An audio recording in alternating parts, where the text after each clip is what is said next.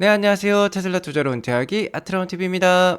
테슬라 CEO가 바뀔 수도 있다고 중국의 한 미디어에서 보도를 했는데요. 한번 알아보도록 하겠고요. 테슬라가 중국 내수 가격을 추가 인하를 했습니다. 아무래도 수요 이슈에 좀 직면한 것은 없지 않아 있는 것 같아요. 같이 알아보도록 하겠고요. 많은 테슬라 투자가들이 테슬라의 자사주 매입을 푸시를 하고 있습니다. 관련해서 알아보도록 하겠고, 테슬라는 진짜 바퀴 달린 컴퓨터인 것 같아요.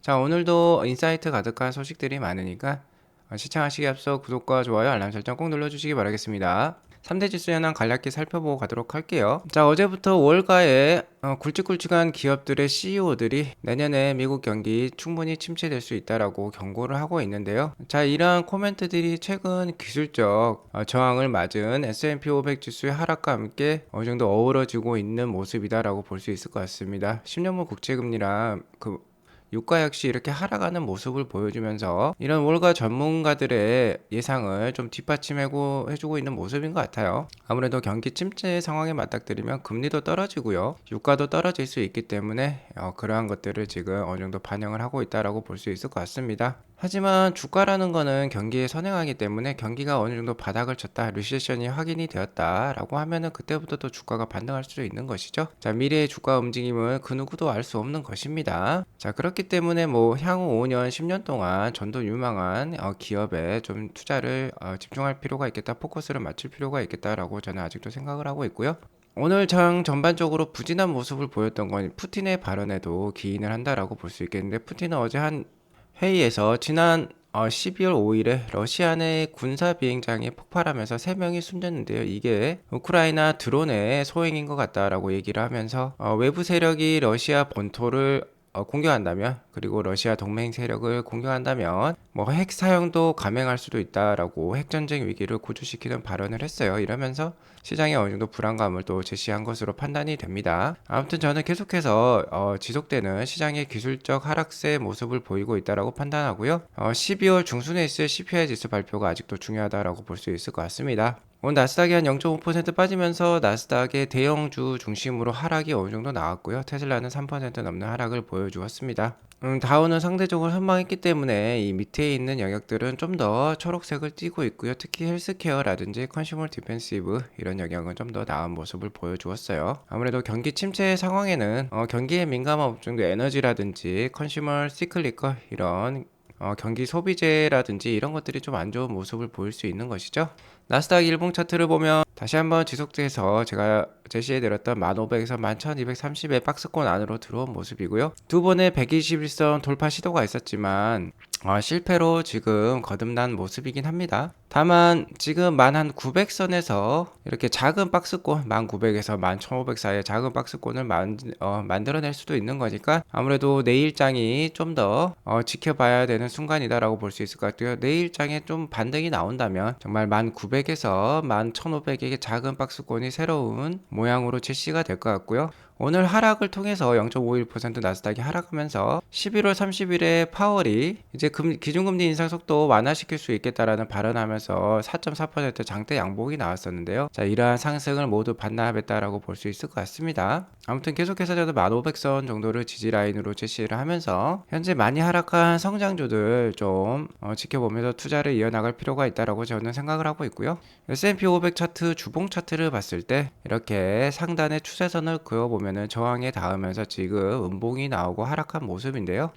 당분간 횡보 가능성이 높아 보입니다. 다만 다음 주 화요일에 있을 CPI 지수 발표가 좀 낮게 나온다면 다시 한번 미국 증시가 반등이 시작될 수도 있을 것 같고요. 이에 따라서 연말 산타 랠리도 좀 기대가 될 수 있는 순간이다라고도 볼 수 있을 것 같아요. 즉 미국 CPI 지수 발표가 이번 달 중반부터 다음 달 뭐 초반까지 좀 좌지우지할 것 같은 이슈다라고도 볼 수 있을 것 같습니다. 아무래도 저번 달에 7.7% 정도가 나왔으니까 이것보다 낮은 수치가 나오면 시장이 충분히 환호할 만하다라고도 볼 수 있을 것 같고요. 자, 50pp FOMC 회의 때 기준금리 인상은 어느 정도 확실시에 되어지는 순간이다라고 볼 수 있을 것 같은데요. 자, 왜 그러냐면 아직도 0.5% 인상 확률이 한 75% 수준으로 높은 상황이기 때문입니다. 어제까지만 해도 한 77%, 78%의 소폭 낮아지긴 했지만 여전히 훨씬 더 높은 확률을 가지고 있고, 전반적으로 내년까지의 기준금리 인상 확률을 보면은요, 자, 어제까지만 해도 5%에서 5.25%, 5%대 초반까지 올라갈 가능성이, 내년 5월까지 올라갈 가능성이 더 높았는데, 자, 오늘 아침에 확인해 보니까, 자, 이번 달에 50bp 자이언트 스텝, 빅스텝이죠. 죄송합니다. 빅스텝의 금리 인상을 하고, 내년 2월 달에 한 번 더 빅스텝 금리 인상을 해서 5%대에 닿으면 계속해서 또 유지가 되는 모양이 또 한번 제기가 되었어요. 아무래도 요새 곳곳에서 뭐 경기 침체 이야기가 나오고 있으니까 최종 금리 수준의 확률도 역시 좀 낮아지는 모습으로 판단이 됩니다. 자, 그렇게 되면 이번 달 정말 픽스텝의 금리 인상은 좀 잠영할 것으로 판단이 들고요. 자, 기준금리 인상 속도가 어느 정도 확실시 되어진다면, 그 속도 인하가 확실시 되어진다면 역시 CPI 지수 인플레이션이 가장 큰 변수겠다라고 말씀을 드리겠습니다. 테슬라는 오늘 3.21% 하락한 174불로 마감을 했는데요. 일단 기술적 분석만 보자면 오늘 좀 안 좋은 복이 나왔습니다. 하락 추세선상을 하락 이탈한 모습이고요. 지지 라인은 어느 정도 깬 모습인데 아직 전저점이라고 할 수 있는 166불까지는 아직 안 왔어요. 자, 이렇게 역헤드앤 숄더 패턴을 만들어서 반등하면은 좋을 자리일 것 같은데요. 테슬라가 전에도 이러한 패턴을 보여준 적이 있어요. 테슬라가 다시 한번 대세 상승으로 어느 정도 전환이 될 때 이런 모양이 나왔었는데, 지난 한 5, 6월 달에도 한 209불 정도에서 저점을 찍고, 자, 이렇게 역헤드앤 숄더 패턴을 만들고 올라갔었는데, 자, 이때도 이쪽 오른쪽 어깨가 왼쪽 어깨보다 더 낮았었습니다. 좀 더 떨어진 상태에서 올라갔고요. 지금도 그런 패턴이 나올 수도 있을 것 같고, 좀 더 예전 시점을 보자면 지난 3월 달에도 이렇게 역헤드앤 숄더 패턴을 만드는데 오른쪽 어깨가 왼쪽 어깨보다도 또 낮으면서 이렇게 반등을 보여주었었어요. 자, 그래서 그렇게 지금 낙담할 상황은 아니다 라고도 볼 수 있을 것 같고요. 자, 어제도 말씀드렸지만 테슬라가 160불 정도를 마지노선 삼을 필요가 있겠다. 테슬라의 포워드 PER, 최저 포워드 PER이 한 28.6배였는데 28.6에다가 내년 포워드 EPS 5.59불을 곱하면 한 160불 정도가 되니까 160불을 어느 정도 하한선으로 잡고 계속해서 저가 매수 이어나가시면 좋을 것 같습니다. 자, 오늘 3% 넘는 하락이 있었죠. 이러한 하락에는 또 이러한 가격 인하 뉴스가 어느 정도 작용한 것으로 판단이 됩니다. 테슬라가 10월 24일경에 한 5에서 9% 중국 차량 로컬 가격 인하를 했었는데요. 자, 재고 차량에 한해서만 12월 달 이내에 6,000위안 보조금을 추가 제공한다고 합니다. 우리나라도 한 113만원 수준이고요. 6,000위안 추가 할인은요, 스톡 자동차, 그러니까 재고 차량에만 국한된 거예요. 새로 신규로 만들어내는 차량은 아니고요. 자, 이에 따라서 테슬라 차이나 웹사이트에 들어가면 모델 3 및 모델 Y의 가격과 대기 시간에는 변화가 없어요. 그러니까 6,000위안 보조금은 스톡 자동차, 재고 차량, 이미 생산되어서 아직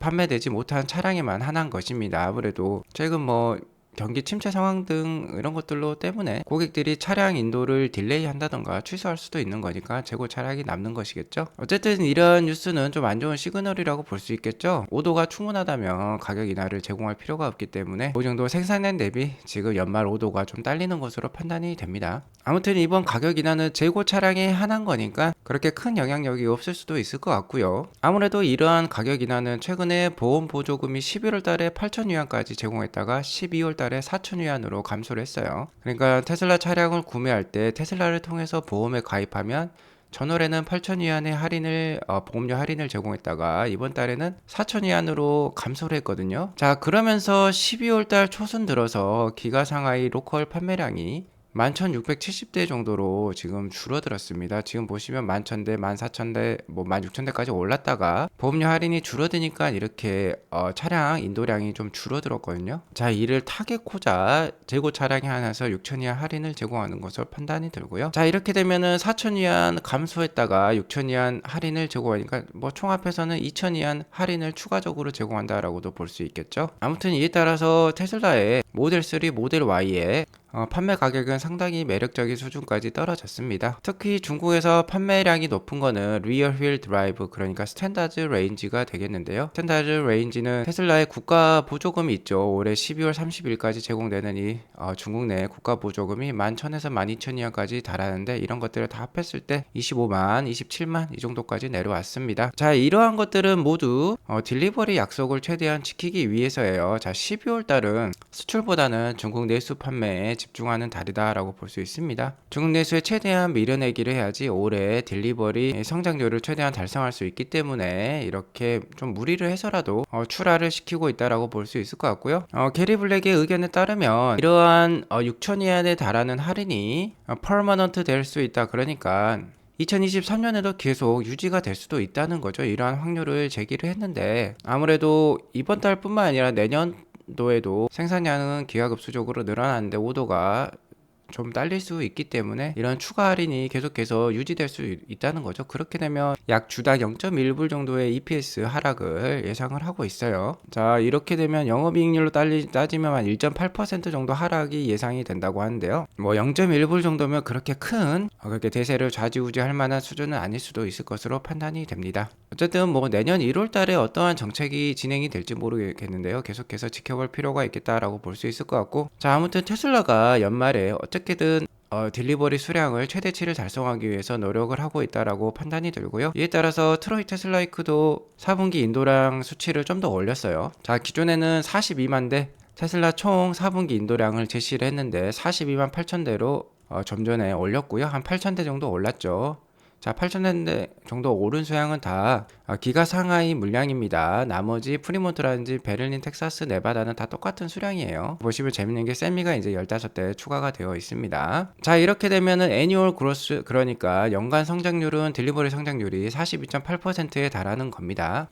그래도 어려운 시기에 상당한 성장률을 달성한 것으로 판단이 들고요. 생산량으로 보면 테슬라는 정말 잘 해내고 있습니다. 딜리버리라는 건 경기 상황에 따라서 좌지우지 될 수 있기 때문에 맞추기 어려울 수 있지만 생산량에 있어서는 약속을 계속 지키고 있다고 볼 수 있을 것 같아요. 4분기 생산량은 46만 8천 대가 예상이 되고요. 그렇게 되면 2022년 총 생산량이 140만 대에 이르면서 연평균 50% 성장률을 계속 생산단에는 이렇게 구가할 수 있겠다라고 볼 수 있겠습니다. 자, 트로이 테슬라이크가 8,000대로 올려서 42만 8,000대가 됐는데 기관 컨센서스는 43만 대거든요. 자, 어서 빨리 이것도 43만 대를 넘어서면 좋을 것 같고요. 뭐 오늘 다른 주식 대비 좀 더 추가적으로 하락했던 이유는 이러한 퍼드들도 있는 것 같습니다. 자, 핑 웨스트라는 중국계 뉴스 채널이 있는데요. 자, 테슬라가 중국의 책임자죠. 총 책임자를, 기가상하의 총 책임자를 글로벌 CEO로 임명을 한다라고 얘기를 하고 있습니다. 임명할 예정이다라는 듯이 얘기를 하고 있는데요. 자, 그분의 이름은 톰 주라는 분이십니다. 지금 테슬라 차이나 CEO라고 할 수 있겠는데, 이분을 글로벌 CEO로 임명한다. 글로벌 CEO라는 건 일론 머스크의 자리를 대신을 한다는 건데요.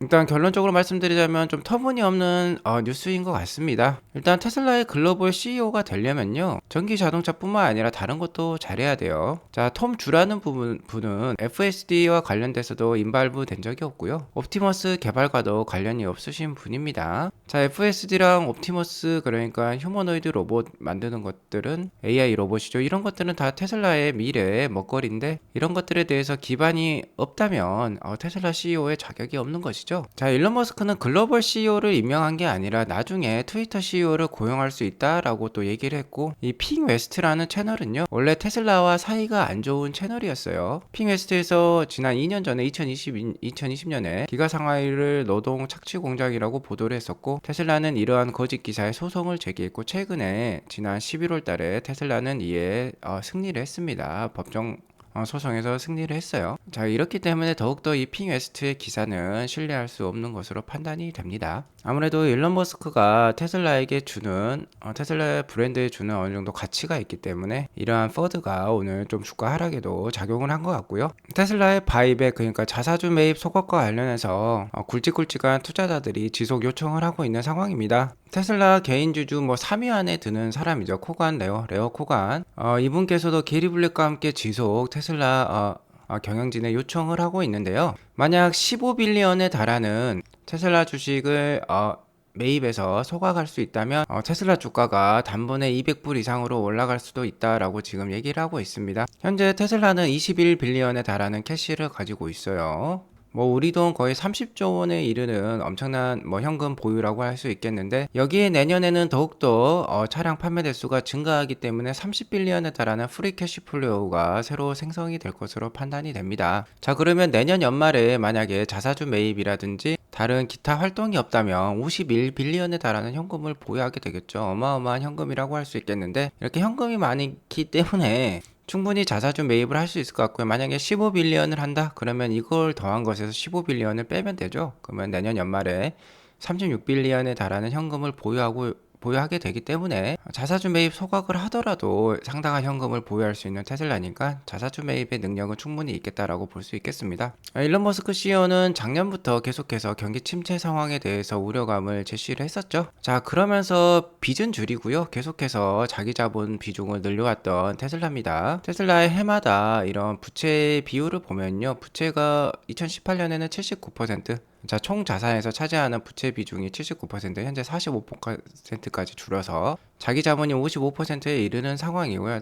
상당히 안정적인 상황이죠. 다른 아마존이랑 애플이랑 비교해봐도 현재 부채 비중이 상당히 낮은 수준입니다. 자, 이렇게 안정적으로 운영이 되면서 현금을 이렇게 계속해서 끊임없이 창출할 수 있다면 자사주 매입이 내년부터는 이어질 것으로 판단이 들어요. 자, 그리고 내년에는 뭐 사이버 트럭도 나오죠. 그리고 IRA, 미국의 7,500불에 달하는 EV 크레딧도 있으니까 지금의 어려움만 잘 견뎌내시면 충분히 내년에 어느 정도의 반등 기대해 볼 수 있겠다라고 말씀을 드릴 수 있을 것 같습니다. 마지막으로 테슬라는 정말 바퀴 달린 컴퓨터라는 게 실감이 드는 게요. 테슬라 자동차의 머리라고 할 수 있겠죠. 컴퓨터에 CPU가 있듯이 테슬라 차량에도 테슬라 전체 차량을 관리하는 CPU가 있습니다. 최근에는 이게 라이젠으로 많이 바뀌었는데, 전에는 이제 인텔의 아톰을 썼어요. 자, 라이젠으로 바뀌면서 뭐 플스5 수준의 게임도 할 수 있다라는 듯이 좀 바뀌기도 했죠. 실제로 모델 S 플레드 같은 경우는 그러한 성능을 보여주고 있는데, 현재 아톰을 가지고 있는 테슬라 차량에도 이제 라이젠으로 업그레이드 시킬 수 있다는 소문이 나오고 있어요. 자, 이를 위해서는 당연히 센터에 방문을 해야겠죠. 그래서 1,500불에서 2,500불 정도 지불을 하면 테슬라 차량의 중앙 처리 장치 CPU를 아톰에서 라이젠으로 바꿀 수 있다고 합니다. 자, 이를 바꾸는 데는 3에서 4시간 정도 소요가 되고요. 자, 이렇게 CPU가 바뀌게 되면 뭐 자율주행 성능뿐만 아니라 기타 관련된 다른 차량의 부수적인 기능까지 훨씬 더 빨라지고 원활히 진행이 될 수 있겠죠. 여기 보시면 테슬라 내부 프로세서 관련된 코드 중에 일부 유출이 된 것이 있는데, 여기 보시면 스팀 덱이라고 적혀 있어요. 뭐 크롬 OS도 적혀 있는데, 스팀이라는 건 컴퓨터를 통해서 게임을 할 수 있는 플랫폼이죠. 자, 이런 스팀 플랫폼도 테슬라에 들어올 수 있다는 게 지금 소문으로 나오고 있습니다. 테슬라는 계속해서 시장의 변화에 시시각각 빠르게 대처를 하고 있고요. 뭐 가격 인하라든지 이런 새로운 프로세스의 채용이라든지 다른 카메이커들은 보수적인 지배 구조를 가지고 있기 때문에 빨리빨리 시장에 대응을 하지 못합니다. 가격 인하하기 쉽지 않죠. 그리고 이렇게 내부 프로세스를 바꿀 수 있다는 거, 이런 MCU, CPU를 바꿀 수 있다는 건 정말 테슬라가 아니면 들을 수 없는 얘기인 것 같습니다. 힘든 상황이지만 테슬라 기업 자체는 열심히 하고 있으니까요. 응원하면서 계속해서 좋은 투자 이어나가시면 좋을 것 같습니다. 오늘 이것으로 방송을 마치겠고요. 오늘 방송이 도움이 되었으면 구독과 좋아요, 알람 설정 꼭 눌러주시기 바라겠습니다. 오늘도 좋은 하루 되세요. 감사합니다.